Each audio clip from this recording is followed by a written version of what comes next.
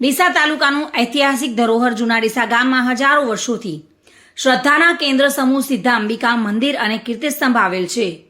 જૈન શ્રેષ્ઠીઓ, દાતાઓ અને જાગીરદાર સમાજ 18 વર્ણ સુમેળભર્યું સૌહાર્દ ધરાવે છે. માનનીય વડાપ્રધાન ભારત સ્વચ્છ બનાવવાનો નિર્ધાર વ્યક્ત કરેલ છે, ત્યારે વર્તમાન સમયમાં તંત્રની ઉદાસીનતાના કારણે જૂના ડીસાના જાહેર માર્ગો પર કચરાના ઢગલા અને માર્ગને અવરોધતા બાવળ, ઝાડી ઝાંખરા સ્વચ્છ ભારત મિશનના ધજિયા ઉડાવી રહેલ છે. જૂના ડીસા સરકારી દવાખાનાથી લઈને મહેતા હાઈસ્કૂલ કે જ્યાં ઉચ્ચ શિક્ષણ કોલેજ સુધી આપવામાં આવે છે, તે રસ્તા પર કચરાના ઢગ નજરે ચડતા હોય છે. બાવળના ઝાડી ઝાંખરાઓ રસ્તામાં અવરોધ કરી રહ્યા હોય.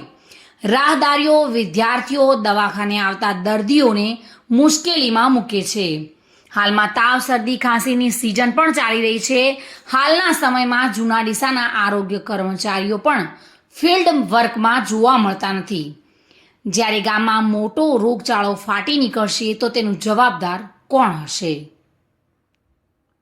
જૂના ડીસાને સ્વચ્છ ભારત અંતર્ગત સ્વચ્છ બનાવવા માટે સ્થાનિક લોકોએ કચરો જાહેર માર્ગ પર ન ઠાલવવો જોઈએ તેવી અપીલ સાથે તંત્ર દ્વારા જાહેર માર્ગો સ્વચ્છ કરી અવરોધો હટાવાય તેવી જાગૃત નાગરિકો દ્વારા માંગ ઉઠવા પામેલ છે.